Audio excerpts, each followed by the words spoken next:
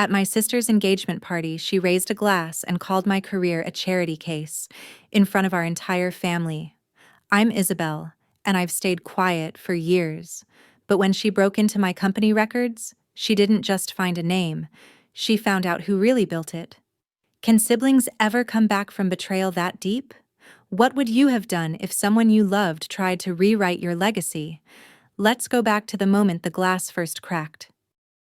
There's something about the clink of a glass that makes insults land sharper. Maybe it's because you're expected to smile through it. That sound, bright and celebratory, has a way of freezing in the air when someone says just the wrong thing. Sam's engagement party was hosted in her and Jason's backyard in San Diego. It was mid-June, early evening, the kind where the air still clung to the warmth of the afternoon sun. String lights were already flickering above rows of mismatched folding chairs. Someone was manning the grill, and the scent of street corn mixed with lime and chili powder drifted through the air. Tacos piled on paper plates. Fake succulents arranged on folding tables. Toddlers darted past with bow ties and juice boxes, their laughter rising above the salsa music humming from portable speakers. I arrived early, as always, hoping to help. Maybe even blend in. But I was barely noticed. I stood on the edge of the patio, lemonade in hand, sweating in a chipped mason jar, and watched people float around my sister like bees to a blooming flower. Sam wore a white floral romper that showed off her tan and ease. She laughed with her whole face, big and loud. Jason stayed near her elbow, polite, a little stiff. He didn't seem used to this kind of warmth. Our parents, Elena and Manuel, were already glowing. Dad had a bottle of Modelo in one hand and a story on his lips. Mom fussed over the buffet, arranging tortillas like they were fine china. They beamed every time Sam said something, even when it was just a joke about her failed attempt at making sangria. I sat down on one of the lawn chairs near the back, next to an abandoned plate of churros. I told myself I didn't mind. After all, I had a good job, a good apartment. I co-founded a biotech startup in Boston, but none of that seemed to register with them the same way Sam's big laugh did.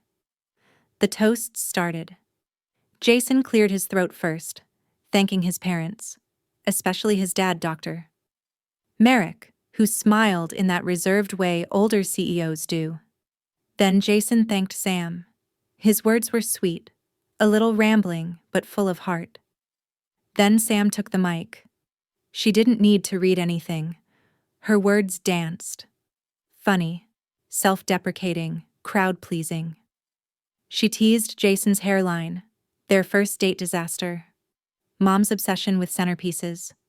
Everyone was laughing. Then she turned toward me. "And a huge thank you to my sister Izzy," she said, lifting her glass. "My future father-in-law gave her a job. A real charity case made good." A beat of silence, then awkward laughter, like popcorn kernels too long in the microwave. My cheeks burned. My grip tightened around the mason jar until I feared it might shatter. I smiled. Of course I smiled. That's what you do at parties. I excused myself and slipped inside the house. The hallway mirror greeted me. The light overhead flickered slightly, casting uneven shadows across my face. I stared at myself. My jaw was tight. My eyes looked tired in a way I hadn't noticed before. My curls were frizzing in the heat, sticking to my forehead. Why didn't I ever correct them? The thought felt like a whisper from a deeper place. Why didn't I push back when Sam took up all the space? When Mom interrupted me to say, "Sam's always had the gift of the gab?" When I was introduced as the serious one? When my co-founder title became a project she's doing until she settles down? The untouched glass of red wine sat in my hand, still half full from the toast. It suddenly felt too heavy. Too much. I set it down on the marble counter beside a stack of cocktail napkins and walked out the back door, letting the sound of laughter trail behind me. I didn't make it far before my phone buzzed. A notification lit up the screen. Access request, executive records.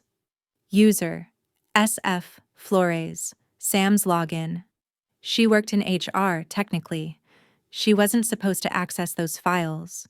Not unless I didn't open the app. Not yet. As I lingered on the porch, a neighbor waved at me, an older woman in a wide straw hat with a plastic cup of sangria in hand. She smiled, not knowing anything about me, and somehow, that felt more comforting than all the familiar faces inside. I returned her smile weakly, then sat on the porch step, brushing a napkin across my lap. My thoughts wandered, pulled by old memories. I remembered a birthday party, Sam's 12th, my 15th. She had accidentally knocked over the cake, smearing frosting across the kitchen floor. I had spent hours baking it. Instead of scolding her, Mom had laughed, scooped a dollop of frosting off the tile, and dabbed it on Sam's nose. "That's our little whirlwind," she said. I stood in the corner, a spatula still in my hand, invisible. A breeze rustled the leaves overhead.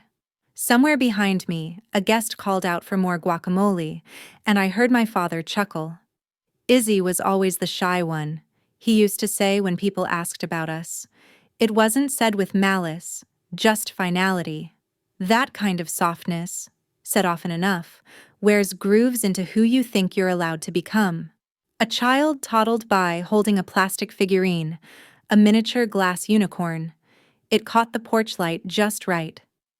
Something about the way it refracted made me think of the glass in my hand during Sam's toast. That sound again.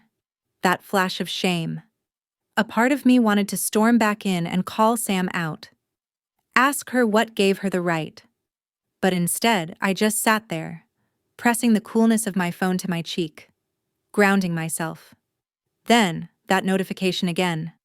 Access request, executive records. User, S. Flores. Sam had said she didn't want to mix family with work, that she wasn't interested in biotech, that HR was temporary, until she figured out what her next big idea would be. Why was she in those files? I didn't want to jump to conclusions, but something about the timing twisted in my gut. This wasn't just an insult over drinks. This was a pattern, a posture. I stood, brushing off imaginary crumbs from my dress, and glanced back at the party. Laughter drifted out from the backyard, a fresh round of toasts beginning. Glasses lifted again. That sound, clink, echoed faintly in the distance. I didn't flinch this time, but I didn't smile, either. She clicked into my legacy like it was a Pinterest board. Casual, curious, careless. The glow from my laptop was the only light in the apartment. Outside, a siren wailed faintly in the distance, then faded. My tea had gone cold beside me, forgotten, and the cactus on the windowsill, the one Sam gave me 3 birthdays ago, stood upright in its chipped ceramic pot, one stubborn pink bloom just starting to show. I scrolled through the access logs. 10:42 p.m. thus, Mountain Time. S. Flores. The system had flagged the user as unusual, accessing records outside their normal scope, clicking through layers most people didn't even know existed. She wasn't subtle about it either. I imagined her in Jason's parents' guest room, curled under one of those heavy quilted blankets, her phone's glow casting soft shadows on the ceiling while Jason slept beside her. Maybe he'd snored once, turned away. Maybe Sam waited for that moment before launching her little digital treasure hunt. She never asked how I got the job. She just assumed I needed one. She assumed I was given something she thought she deserved more. I sipped the tea anyway, grimaced, and set it down. A hum came from the fridge behind me. One bark from the neighbor's dog cut through the silence and then stopped. Late-night American quiet. Not truly silent, but close enough to feel like you're alone in it. Sam had clicked into our founding agreements folder. I could see each breadcrumb. HR, greater than contracts. Greater than executive, greater than legacy, greater than agreements. Daniel and I had named it Legacy on purpose. Daniel. His name was a weight I hadn't allowed myself to carry in months.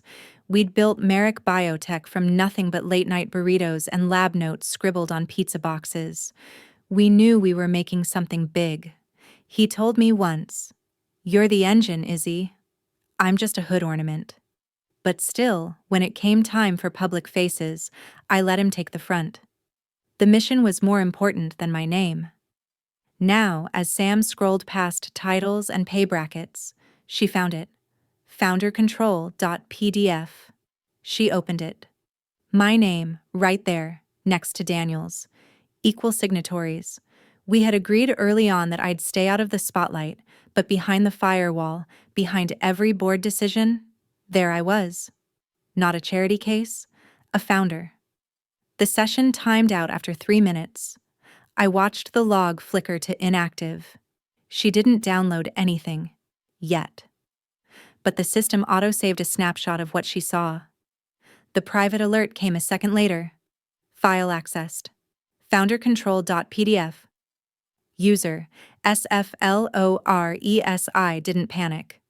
I leaned back, whispered, "Now you know." I looked at the cactus. That ridiculous little plant had survived 3 moves, 1 breakup, a flood in my old kitchen. Its petals were always late to bloom, like they were testing the room first. A single one was peeking out now. Barely pink. Barely there. Then I stood too fast, bumped the desk. The cactus wobbled, tilted, and rolled off the windowsill. Soil scattered across the floor. I stared at it, unmoving. I left it there. Some things, when tipped, don't bounce back right away. I crouched to gather the soil, but my hands hovered over the mess. What was I fixing, really? A plant knocked loose. Or the slow decay of being misunderstood by your own sister. Back in my chair, I opened a different folder, archived email drafts from Daniel.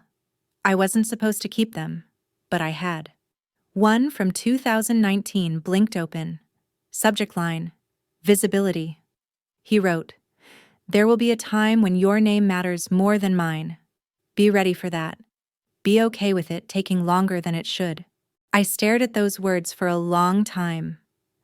The apartment creaked as the heating clicked on. Across the street, a porch light flickered, then steadied. It cast long shadows across the sidewalk, turning a parked bicycle into something abstract. I remembered riding bikes with Sam down a hill near our childhood home, both of us screaming, brakes forgotten, trusting gravity. We were fearless then, or maybe just too young to recognize risk. Sam's curiosity had always burned bright. As kids, she snuck into Mom's room to try on lipstick and heels, once even mailing off an audition tape for a cereal commercial without telling anyone. I used to admire that shameless hunger, but lately it felt like she was rummaging through my drawers, not to learn, but to claim. I closed the email and opened a secure admin terminal, just stared at the blinking cursor. Should I revoke her access, or let her go deeper? I wasn't sure which one scared me more. Outside, the fridge hummed again. I imagined Sam's finger hovering over the trackpad, eyes narrowing as she read my name in a place she never thought it belonged. I hoped she felt something. Not shame, necessarily, but gravity, the kind that reminds you someone else was here long before you arrived. On the floor, the cactus lay sideways. I picked it up, tapped the loose dirt back in, just enough to anchor it. Not everything broken stays broken forever. I left the lights on and walked to the kitchen, barefoot. Opened the fridge, stared at the same carton of almond milk I hadn't used all week. I wasn't hungry, but I poured a glass anyway. Something to hold. Something that wouldn't spill over so easily. Back at the desk, I adjusted the cactus again. Its bloom faced me now, half curled like it had second thoughts. Some nights, it's not the chaos that keeps you up.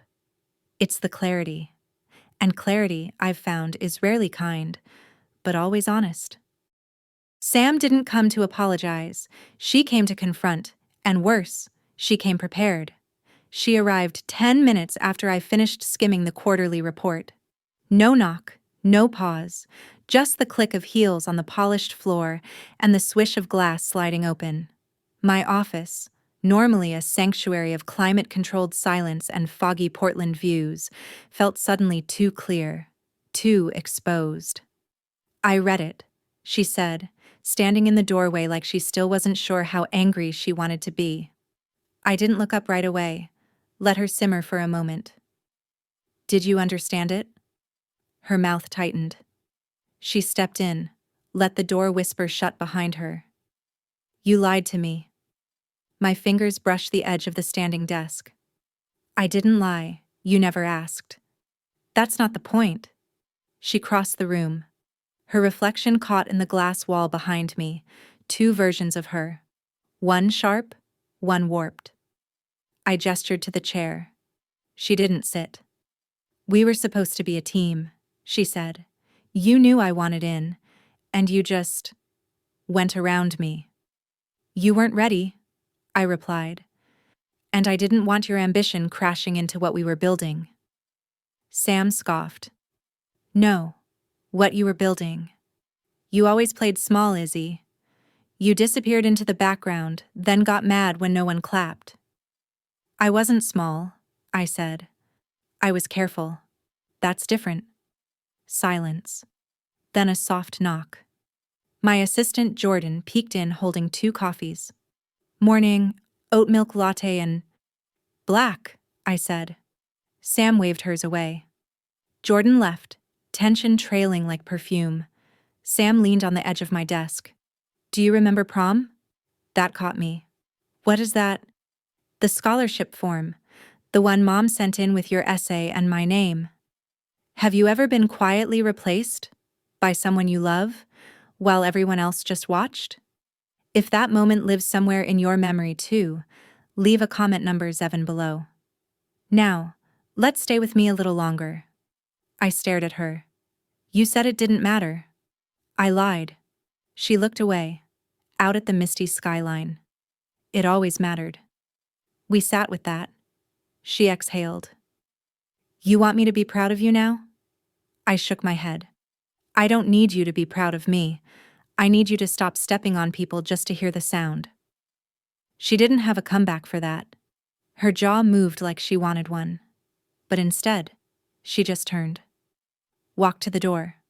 Hand on the glass. "It was easier when you were invisible," she said, not facing me. "Not for me," I said quietly. She left. The mist pressed harder against the windows. My reflection stared back at me. Solid this time, not blurred by rain or shadow. But the glass still stood between us. After she left, I sat still for a long while. The latte cooled in its compostable cup. Foam laced the rim like lace on an old collar, something elegant turned limp with time. I picked it up, not to drink, but just to feel its weight. Something grounded. Across the desk, the small plaque read, "Senior Advisor, not Founder." That had been our choice, Daniel's and mine, when we were strategizing PR after the seed round. "Let the tech shine, not the face," he'd said. But now, with Sam digging through contracts, those invisible credits began to surface. And they stung. My Slack pinged. HR update. I clicked through it absently, but my mind wandered back to that scholarship form. My mother's handwriting on a faxed cover sheet. For Samantha Flores. I'd seen it first. I'd been the one to catch the mistake. But I hadn't corrected it. And she got the interview. The applause. The postcard acceptance taped to our fridge. I had convinced myself I was being generous, that I didn't need the spotlight. But it had cut deeper than I'd admitted. That day had etched itself onto every other injustice that followed. Each time Dad handed her the bigger slice. Each time a teacher assumed she was the smart one because she talked louder. I stood and walked to the window, pressing my palm lightly against the glass. Cool, faintly slick from mist. The city blurred behind it, all gray angles and red taillights. Glass wall, Daniel once said. Let them see you, but don't let them in. It made sense then, but now it felt like a cage made of praise and projection.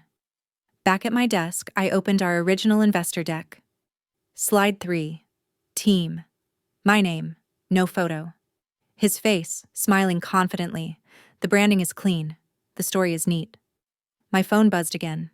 This time, a message from Sam. I'm sorry, that was unfair. No emoji, no extra words. I didn't answer. Some bridges don't burn. They erode, grain by grain. Until one day you look up and realize you're standing alone on your side, unsure how long it's been that way. Still, her text stayed open on the screen, not deleted. I sat again and picked up the glass nameplate. It caught the overhead lights, casting a broken reflection across my desk. I held it for a second too long before setting it back, just slightly off-center. That evening, after most of the office had gone quiet and the espresso machine clicked into its nightly purge, I wandered down to the old library room on the second floor, what we used to call the war room in our first year. It still smelled faintly of dry erase markers and innovation. On one shelf, tucked behind an abandoned stack of pitch decks, I found the first prototype sketch Daniel and I made, scanned and laminated. I traced a finger over the inked circuit lines. My name wasn't on it either. A framed quote hung beside the door. One of Daniel's favorites. Real influence is often invisible. At the time, it made me feel powerful. Now, it just made me tired. There's a kind of grief that sneaks up not from loss, but from years of being looked through. I turned off the lights and stood there a moment longer, listening. The faint click of a printer upstairs. Wind teasing the windows. Somewhere in the city, a dog barked once. Then silence. Just before leaving, I caught sight of my reflection again, framed perfectly in the glass panel beside the hallway. For a brief second, I imagined the girl I used to be, quiet, clever, waiting for someone to notice. I nodded to her. Then I walked away. In a company of transparency, secrets still know how to echo. The hallway lights flickered as I stepped out of the elevator. It was late October, and the Portland rain streaked across the windows in soft diagonals, casting patterns that moved when you did. Our office had always been proud of its clean lines and open spaces, radical transparency, the brochures once said, glass doors, glass walls, glass hearts. Yet something had shifted. Slack messages stopped pinging like they used to. Invitations disappeared from my calendar. The number leadership channel had been renamed without notice. Now just number updates. In Monday's all hands, the meeting was suddenly Zoom only due to scheduling conflicts. I logged in from my desk, watching a sea of pixelated faces nod at Sam as she discussed collaborative culture. Jason sat stiffly beside her, eyes downward, muting himself before each nod. I remember smiling once during those calls. Now I just clicked mute and stared at my cactus, still blooming faintly despite the lack of light.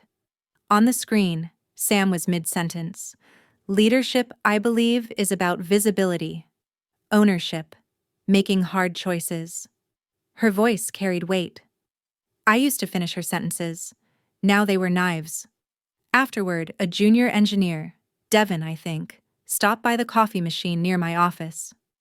Hey, Isabel, he said, tentative. So, what exactly do you do here? I blinked. That's a long story. He laughed, like he hadn't meant it as a jab, but I'd heard enough tone to know.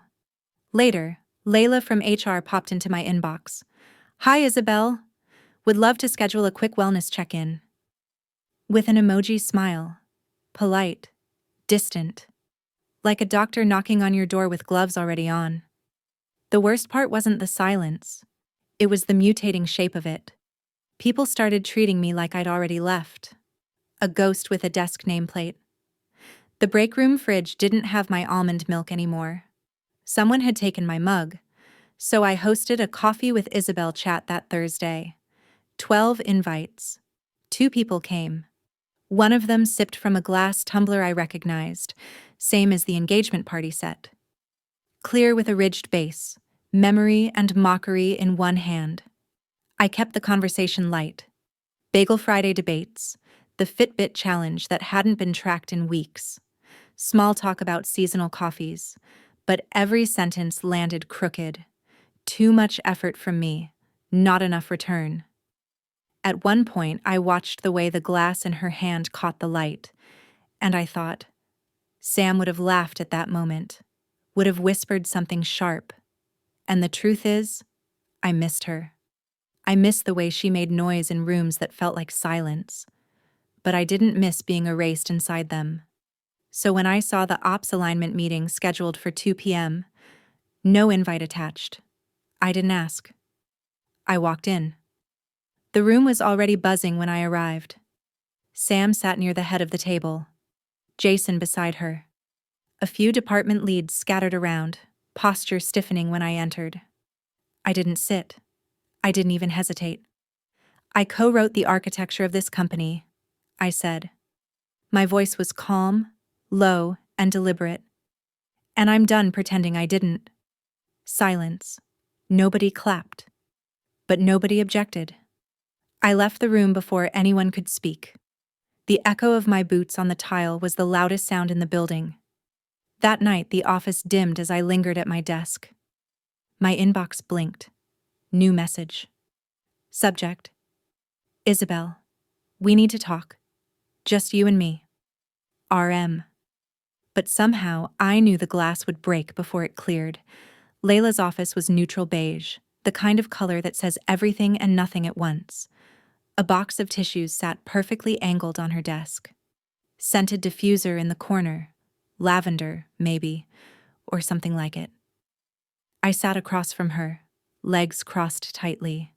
She smiled with that HR softness, the kind that makes you question whether you're being heard or handled.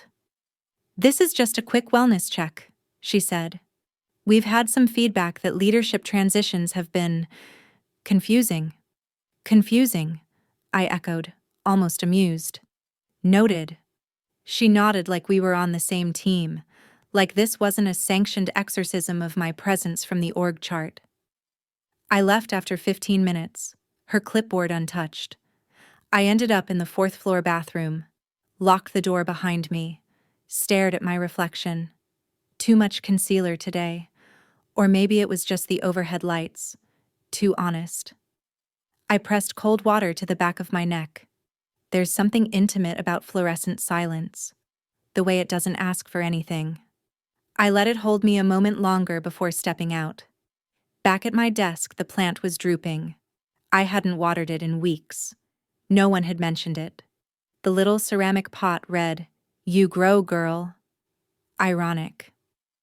Scrolling through Slack, I caught Sam's latest post on LinkedIn, cross-posted automatically. Sometimes, the hardest truths are the ones we owe ourselves. No mention of me, no mention of anything specific. But timing, as always, was the story. I closed the tab. Later that day, the kitchen was out of hazelnut pods, the one flavor I liked. I settled for French vanilla and stood near the window, watching a crow land on the sill outside. It pecked once, then flew off. You don't always notice erosion, not until the floor under your feet feels thinner than air. And still, I stayed. Maybe not out of hope, maybe just out of memory, because sometimes, all we hold on to is the version of ourselves that once mattered. As I packed my bag to leave, the office felt colder than usual. Most of the overheads had already dimmed. Only the motion lights near reception stayed on, casting long shadows down the hallway.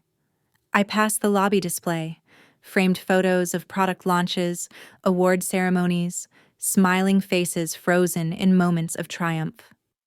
Mine wasn't there. But in the glass reflection of the front door, I caught my own face looking back. Not triumphant, not defeated either, just present. We spend so much of our lives building things: resumes, reputations, relationships. But sometimes, the real work is learning to stand still in the ruins without rushing to sweep them away. I pressed the elevator button. It dinged softly, opened, and I stepped inside. On the ride down, I thought of the message again. RM. And I realized I was ready to hear whatever came next. He said he gave me a shot. I gave him company. Funny how memory edits itself. The conference room smelled faintly of lemon polish and pretense. Curtains drawn tight against the sunset, though the golden light still leaked in around the edges, defiant, like it had something to prove. Dr. Merrick sat at the head of the table, posture impeccable, suit a shade too dark for comfort. In front of him, 2 manila folders, stacked with casual precision. Mine sat to the left, unopened. He sat to the right, already smoothed down at the corners. He looked tired, not from work, but from inconvenience. It's become complicated, he began, as if narrating a mild weather report. For Sam, for Jason, for the brand he didn't say, for you. He never did. The folder slid across the table with a gentle scrape. I didn't reach for it. I've drafted a proposal, he continued. You'd still advise. Quietly, strategically. But this way, there's less friction. We reposition, retain credibility. Everyone wins. I could almost hear the PowerPoint behind his words. 4-point bullet list, pastel pie charts. A final slide with the phrase, path forward. Instead of answering, I set down my glass tumbler. Empty. Clean. No lipstick smudges, no fingerprints. Just the echo of presence. I opened my own folder. A thinner one, but heavier in implication. From it, I drew a single sheet of paper, stamped with the legal header from our general counsel's office. He glanced at it, then at me. His eyebrows lifted a fraction. Not surprising. Calculation. This memo, I said, triggers HR protocol. Whistleblower protections. Any restructuring must be transparently justified and reviewed by external counsel. It's all there. He reached for the paper but stopped halfway. Let his hand hover. That hesitation, that pause, that was the real moment. The shift. I didn't raise my voice. I didn't cry. I just existed, fully, in the space he had hoped I would vacate. You hired me because you saw potential, I said. I'm staying because I fulfilled it. Have you ever had to defend your worth? Without yelling? Just standing still in truth? If you've ever chosen dignity over approval, comment number 9 below. Let's see what happens next. Silence, except for the buzz of the old conference phone on the far end, the kind that always clicked every time the HVAC turned on. A fake bonsai tree in the corner leaned slightly to the left, plastic serenity against institutional tension. He leaned back, exhaled, measured. You're making this harder than it needs to be. No, I said softly. You are. For a moment, I saw his face soften, not out of empathy but recognition. He'd underestimated me. Again. The irony wasn't lost on either of us. My mind flickered briefly. Daniel's voice, in a memory so old it felt borrowed. You're the invisible scaffolding, he'd said once. The thing no one sees but everything stands on. Now I was no longer invisible, and I wasn't holding up anything that didn't want to stand on its own. I rose slowly, took the glass tumbler, and placed it squarely in the center of the table between us. An object with no contents, no illusion. He didn't reach for it. Outside, traffic honked softly below, muffled by glass and distance. The city was moving on, unaware of the tremor inside this room. As I opened the door, the hallway light poured in like the truth. I stepped through. Back at my desk, I found a tweet on the company's feed. Some intern probably cued it earlier. Proud to support strong female leadership. Women in STEM. Merrick Biotech. Dozens of likes. A few platitudes in the comments. And then, near the top, from @Samantha Flores. One emoji. No caption. Just the fragile shimmer of a bubble. Floaty, translucent, easy to pop. I stared at it for a long time. Then I closed the app. Because when power shifts, it rarely announces itself. It settles. Quiet. Certain. Like an old chair finally bearing weight. I lingered near the elevator bank longer than I meant to, staring at the rows of framed press clippings lining the hallway. Daniel's photo was on the cover of a trade journal, our early days. I remembered the morning it came out. We'd split a blueberry muffin in the break room, half celebrating, half worrying about next quarter's burn rate. He had offered me the larger half, without ceremony. We used to joke that recognition was just currency with no tax. But deep down, I had always known he wanted more for me than just shadows and spreadsheets. I turned, walked back to my office, not defeated, just aware. I typed a brief update into our internal log system. Met with Dr. Merrick, declined transition plan, memo on record. Simple, final. As the sun dipped lower, I made myself a cup of peppermint tea from the communal stash. The flavor was sharp, grounding. Someone had left a sticky note on the cabinet. Whoever keeps taking the good pods, stop. The ordinariness of it all made me smile. You could go to war in a blazer, with folders instead of fists. But it's the quiet things, the tea, the note, the hum of the fridge, that remind you what staying really looks like. Before shutting down my computer, I reopened the memo. I read the first line again. Then, deliberately, I added one more sentence. Legacy is not a gift. It's a record. I clicked save. Then I turned off the light. As I walked to the parking lot, the wind picked up. Soft but certain, like a page turning. The maple leaves near the edge of the sidewalk had turned a deep rust red, the kind of color that almost apologizes for fading. I thought of my mother, how she used to say, "Some seasons leave without slamming the door." I never understood that fully until now. The evening air smelled like wet pavement and pine mulch. Ordinary things. Solid things. And somewhere between the front steps and my car door, I felt the echo of Daniel's voice again. Not in words this time, but in presence. Still scaffolding. Still mine. Tomorrow, I would walk back into that building not to defend a legacy, but to live one. Quietly. Deliberately. And on my terms. Some toasts are for show. Others are for closure. Spring in Portland can't make up its mind. Chilly in the shadows, warm under string lights.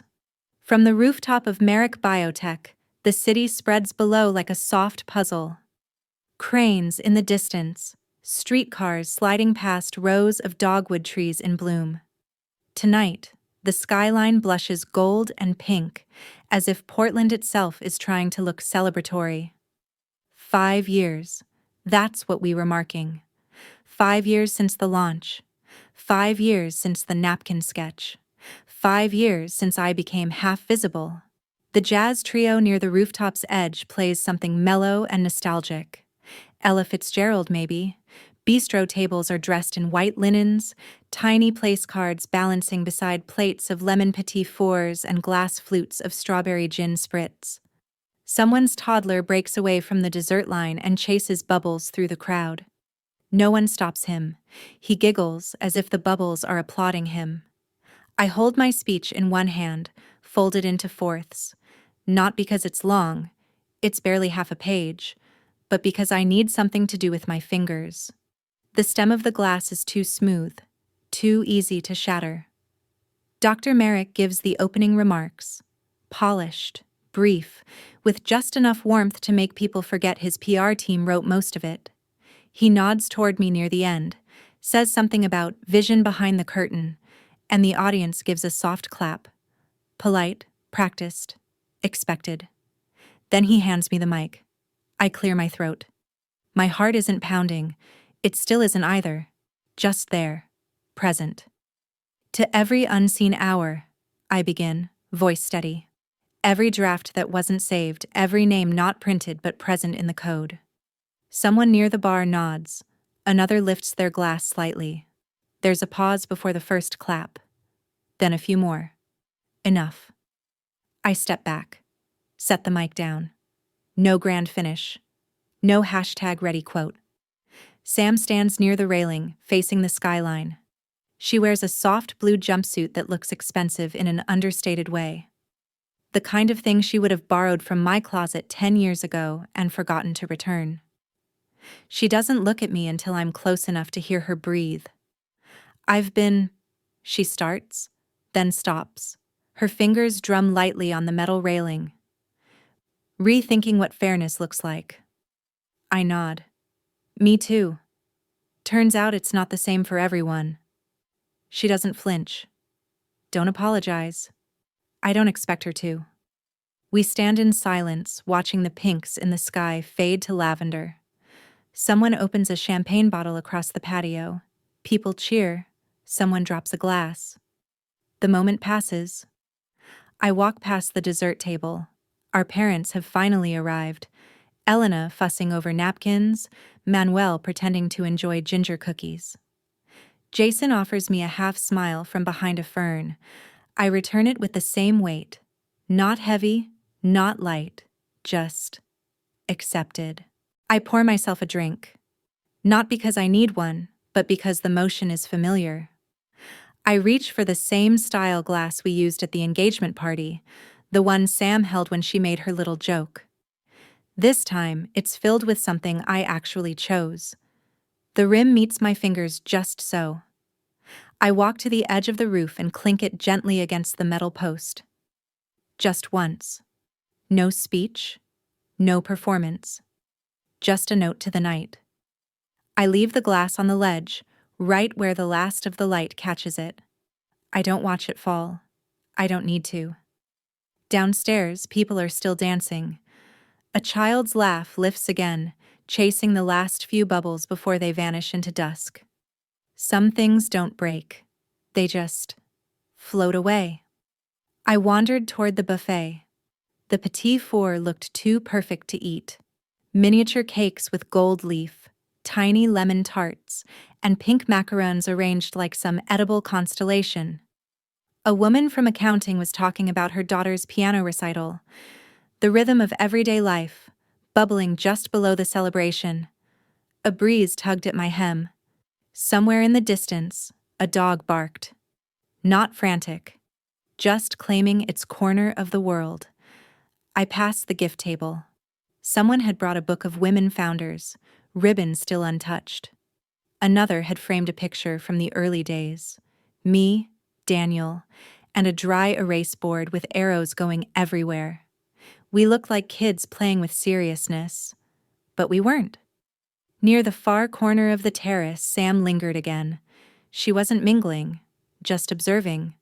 For a second, I saw the version of her that used to braid my hair before high school debates.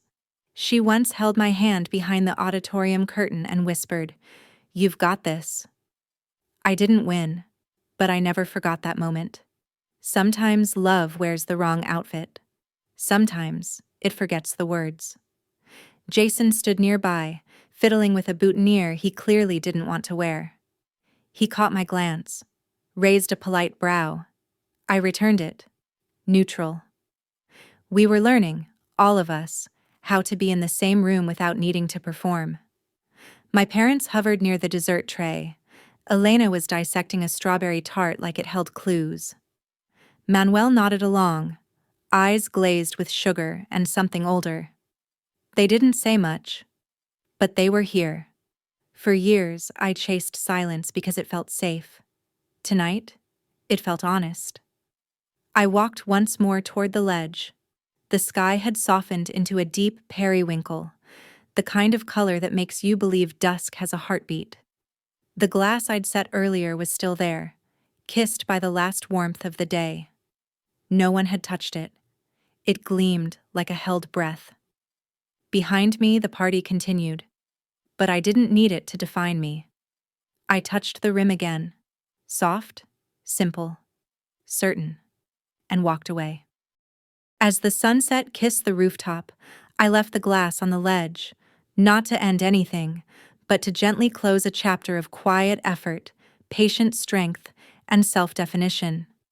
In families and workplaces alike, not everyone sees your worth. But sometimes, knowing you stood tall without shouting is enough. Love doesn't always look the same. It just asks that we don't stop trying to respect one another. If this story resonated with you, feel free to share your thoughts. And consider following this channel for more everyday reflections that linger. Thank you for listening. Until next time.